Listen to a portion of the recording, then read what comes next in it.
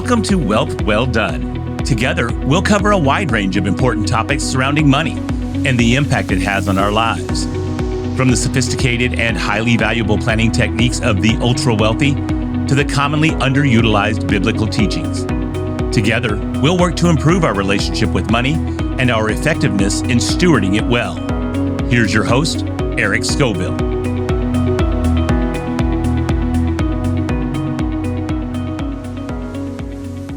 All right. Welcome to the 15th episode of the Wealth Well Done podcast. I'm your host, Eric Scoville.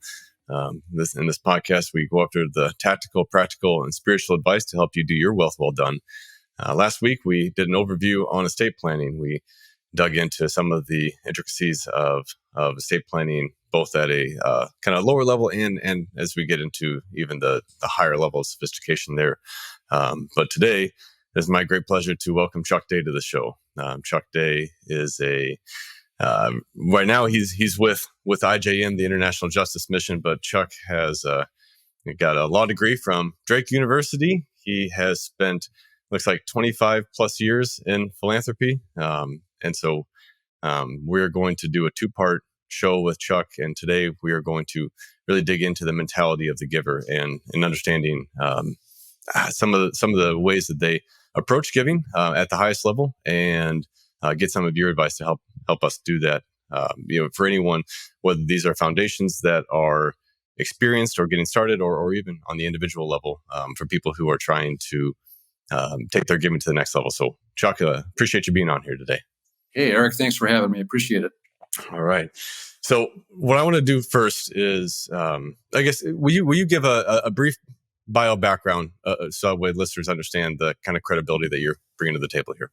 Yeah, thanks. So, I tell people I'm a recovering lawyer by trade.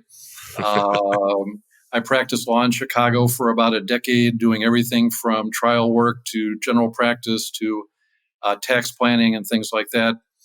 And then for a quality of life improvement, I moved from private practice into the nonprofit world about 25 years ago, and have spent almost all of that time doing an aspect of charitable giving that's called planned giving, in which I work with individuals and families and help them strategically plan their giving, not only to my organization, but to all the organizations they support, show them how to maximize every dollar that they want to give, help them select the organizations that they want to support based on their passions and their interests in the world, help them engage their children and grandchildren in charitable giving so that we achieve some generational passing of the great gift of generosity. So basically, I'm in the stewardship business. I want to make every dollar scream, and I want my families and my individuals to see the maximum impact of their charitable giving. I love it. Love it. Thank you. Okay. Where I want to go first, because I know you've worked for organizations that focus domestically, specifically out east. Yep. And then you've done a lot internationally and a lot with the poorest of the poor internationally. So when we look at the landscape there, what do Americans need to understand about life in the third world country?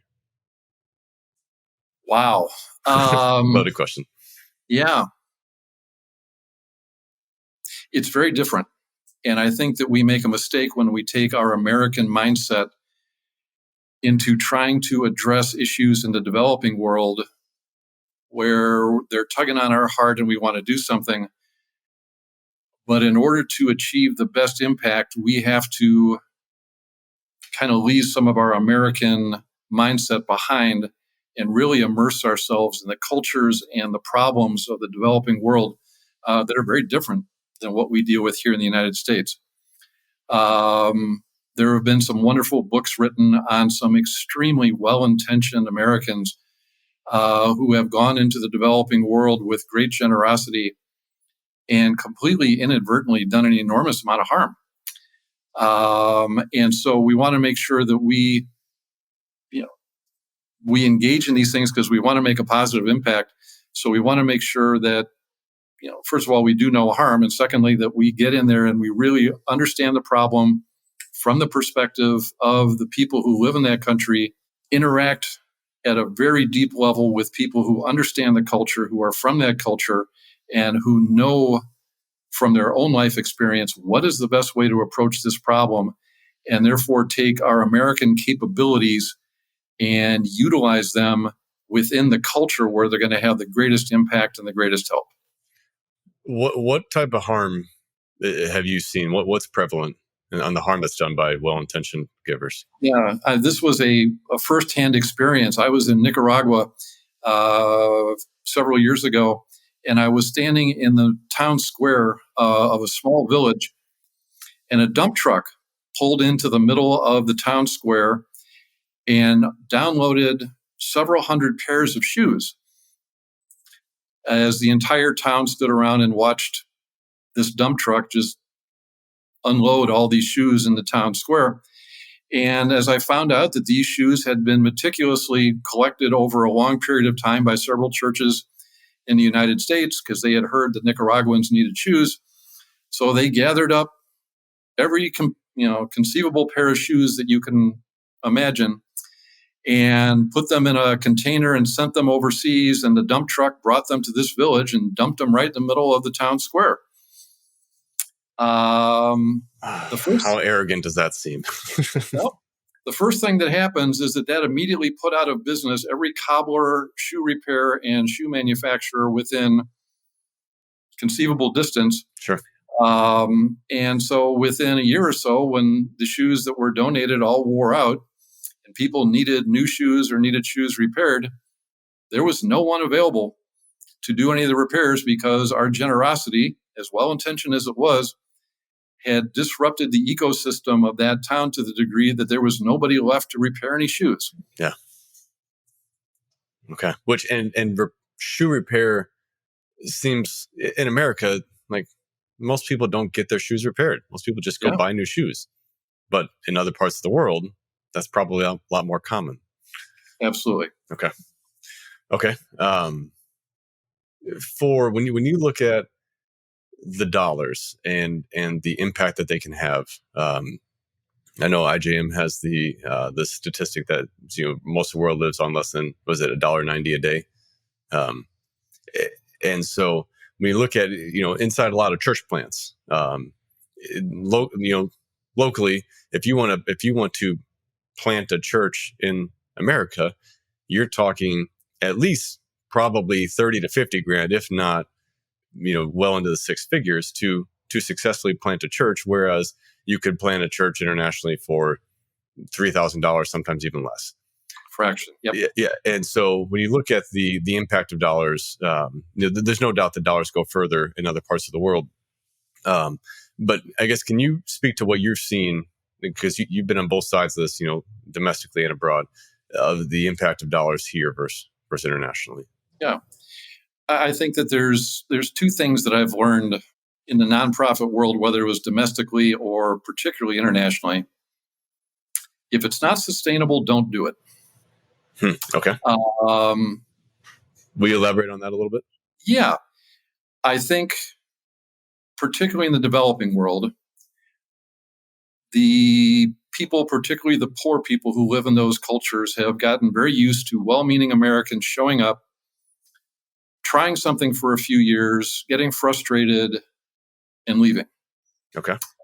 And one of the things that has to happen is that before we go into any situation, particularly in the developing world, we need to make sure that our business model is sustainable, meaning that we can go in and invest those resources and that we're going to be there for the long haul, that we have very well measured means of evaluating our success, and that we're measuring those means along the way, and that we're actually having a sustainable impact in the area that we're trying to achieve.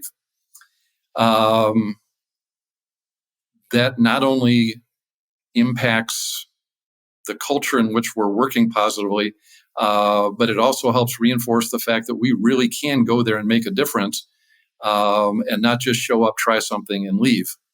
So sustainability is a key element of any aspect of generosity, whether it's here or overseas.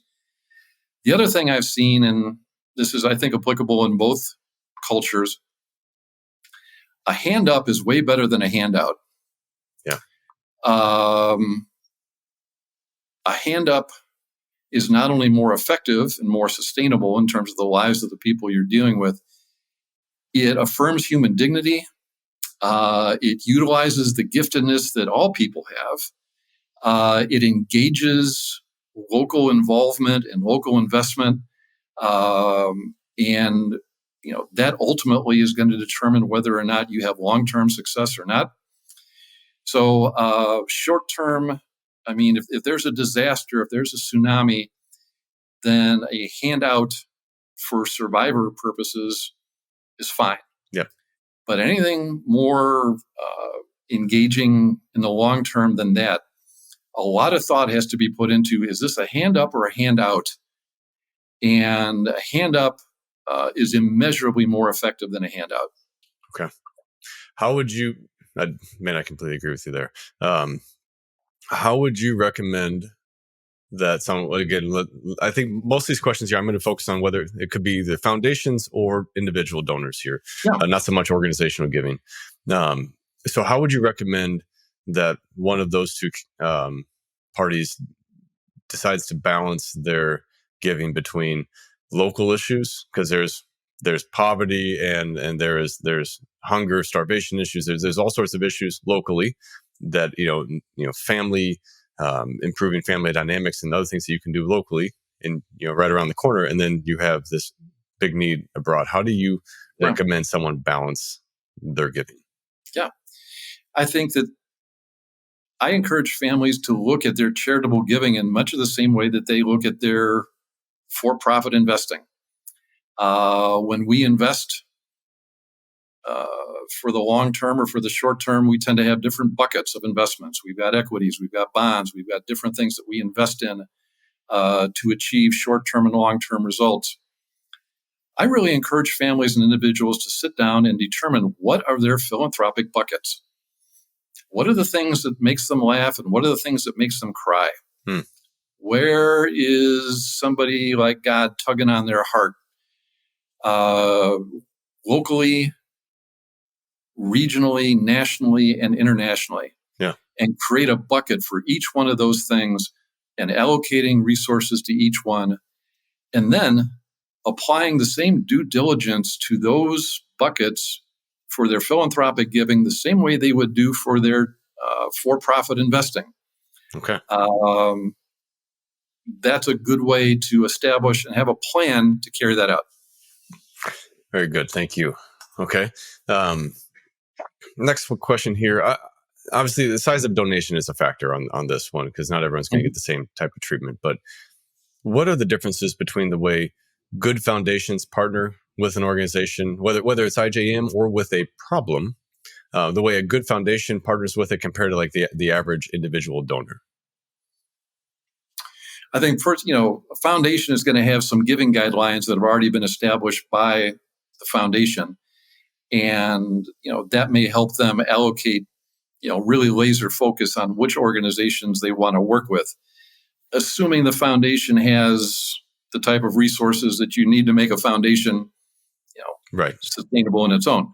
So a foundation can sit down with an organization or with their leadership and really walk through what are the long-term goals of the charity that they want to work with. And they can establish a long-term plan of partnership based on what the foundation wants to achieve, what the charity wants to achieve. The foundation has the ability to, perhaps more than individuals, really go and see the boots on the ground effort that the charity is trying to achieve.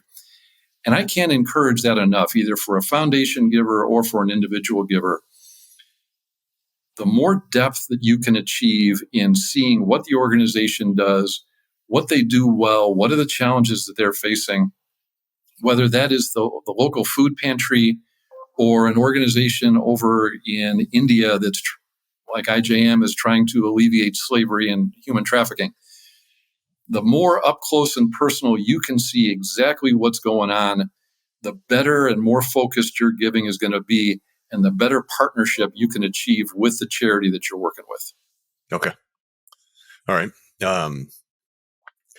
Next, we got a two-part question here. And I'm thinking about the characteristics of great foundations. Mhm. What are some of those characteristics that that an individual should adopt, that an individual donor should try to adopt? Again, size of giving and resources might be an issue there, but the characteristics of great foundations that an individual donor should adopt, and then the second one's going to be that someone who's setting up a new foundation or just kind of has a foundation that's maybe stuck somewhere in an average and a little bit of the muck and not really making an impact that they would want to adopt. Yeah. One of the things that, one of the goals I try to have with both the individuals I work with and the families is that this should be fun. Giving should be a source of joy. Giving should be something that the family or the individual looks forward to doing. Addressing a big problem in the world and having impact should be something that provides a lot of fulfillment and a lot of joy. And like most things in life, when you've got a strategic plan in place, you're going to have better results. You're going to have more joy, and you're going to continue to want to do the giving that you kind of set yourself up to do.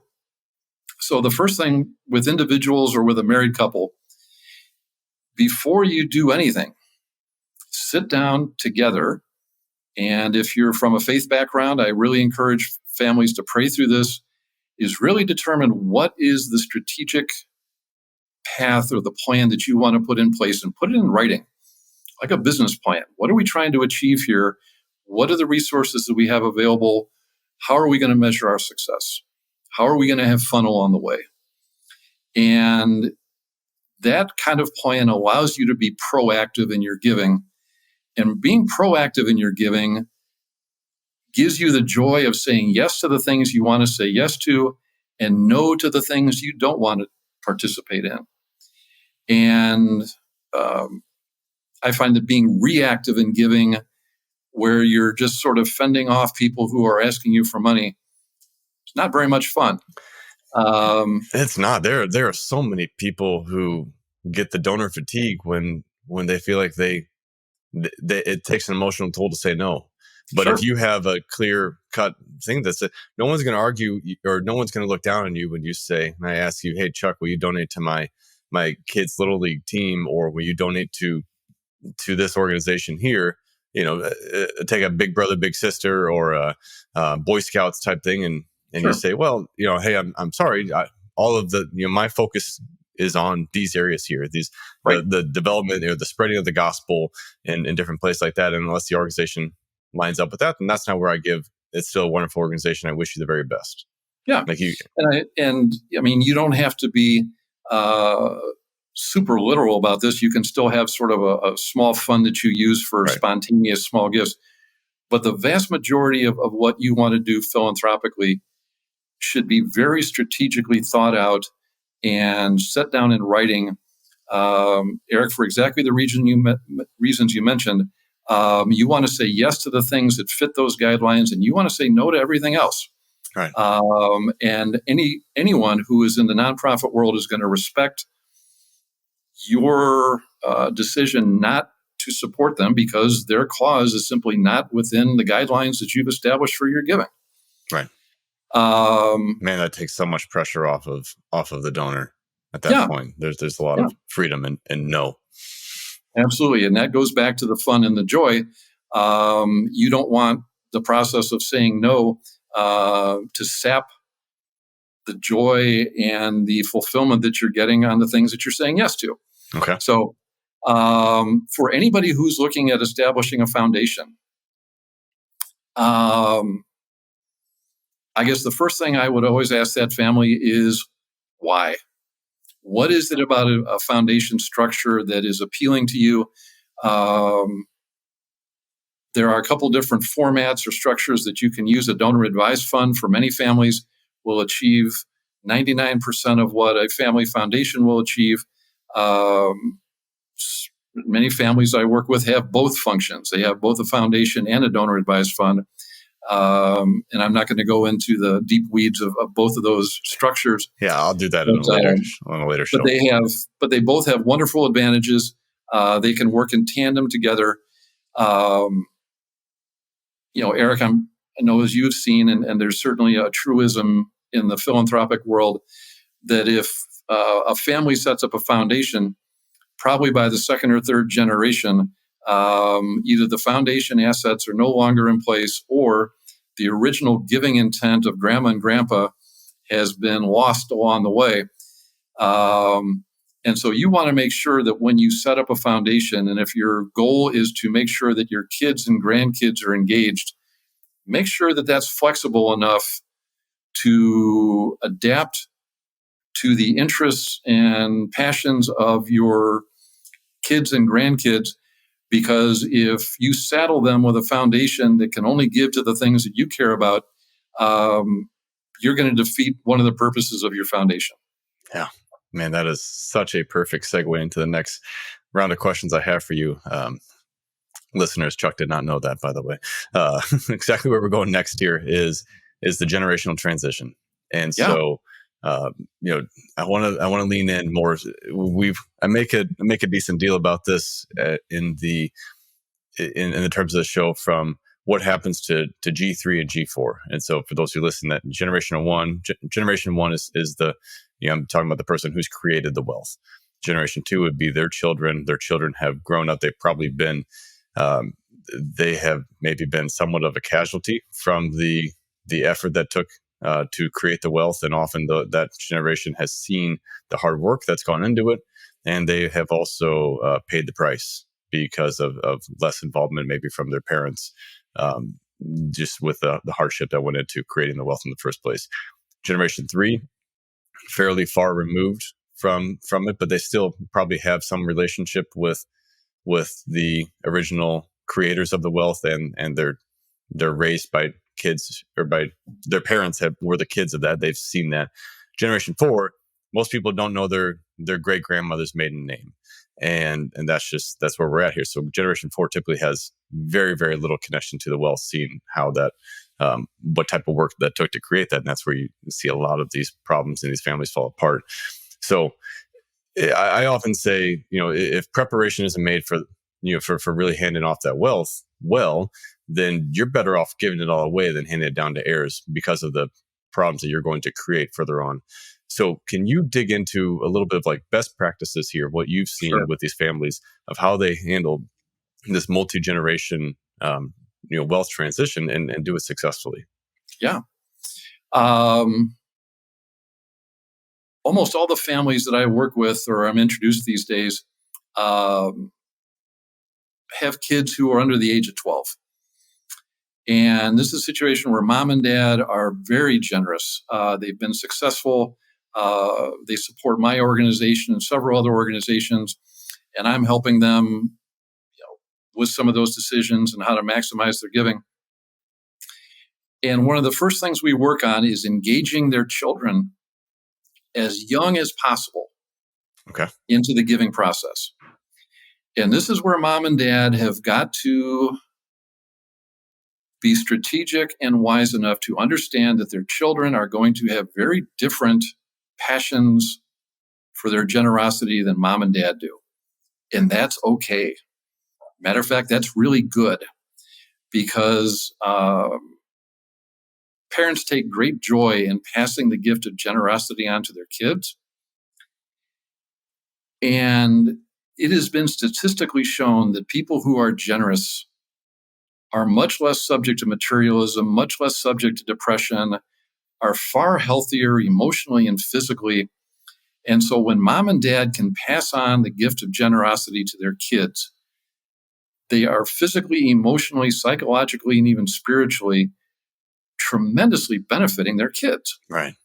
So I urge the folks I work with to be very deliberate, very strategic in engaging their children in the things that those kids are passionate about. And you can start as early as a kid who's in first grade. And you can sit down with that first grader and say, what are the things that make you laugh and what are the things that make you cry? And the things that may make them laugh might be sports, or it might be animals. The things that make them cry might be the bully at school that's terrorizing everybody in their class.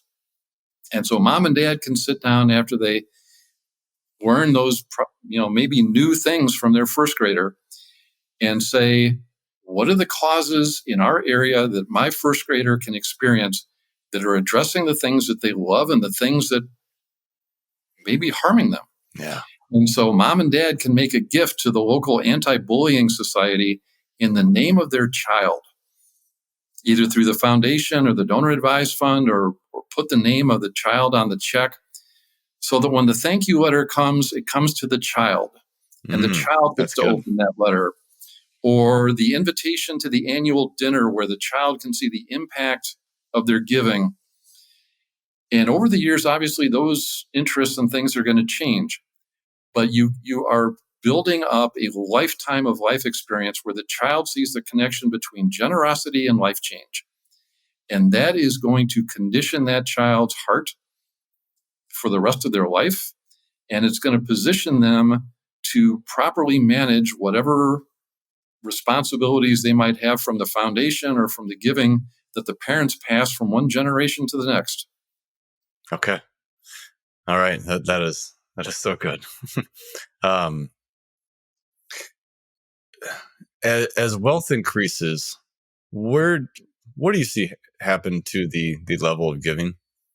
Do you find people, when someone's going from let's take like a kind of a low 6-figure type income, and then when you're talking with people who get into then mid 7s and then the 8-figure, let's just say in those kind of ranges, like how do you see either the clenches around money or the level of giving? Does it change by the amount of income that someone makes? It can.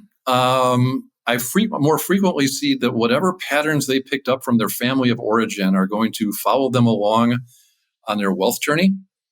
If they grew up in a family in which their parents were generous and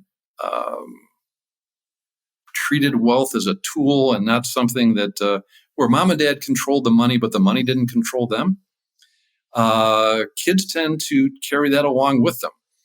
And it doesn't matter if they're earning $100,000 or $100 million a year.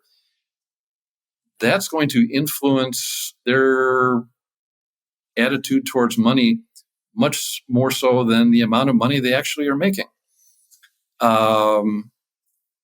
I have worked with families that had tens of millions of dollars ready and able to give, and their greatest fear was that they were going to end up in a cardboard box under the viaduct because money was still controlling them. Yeah. So the emotional attitudes and the things from our life experience that we carry into our wealth frequently have much more to do with how willing we are to let go of those things than the actual amount of money we have. Okay. I think it's absolutely true. When you look at as someone increases their giving, they find peace. They find more peace. As someone increases their giving, they're going to find more peace financially. They're going to find more fruit in their lives that way. And so, yeah, that completely ties into that. We actually, our guest from 2 weeks ago, we got into the family of origin as well around money. So you're absolutely right there. Back to the generational piece for a minute. If you have, so let's go out to, I'm a 70-year-old, and I now have, I've got grandkids who are getting, they're into their, mid adolescence, and they're going to be having kids of their own before long.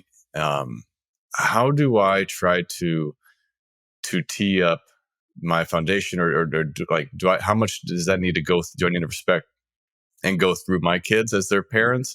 How do I try to navigate that to again try to, back to what you're saying, of instilling those values of generosity at a young age? How are you seeing people in that generation make that type of impact? Yeah, a lot of that depends on how much work the 70-year-old put into training their own children? Sure. What is the culture of generosity that they created in their own children who now have the grandchildren? Let's assume somewhere in the middle. They did a little bit, but certainly there was a lot of a lot of work left undone. Yeah. And that's pretty much the common situation, because the children were busy establishing their own lives, building, their own careers. As we know, parenting is 24/7 on top of work, and the work in terms of engaging those children probably is partway there. Yeah. So this is where the 70-year-old needs to sit down with his kids individually and say,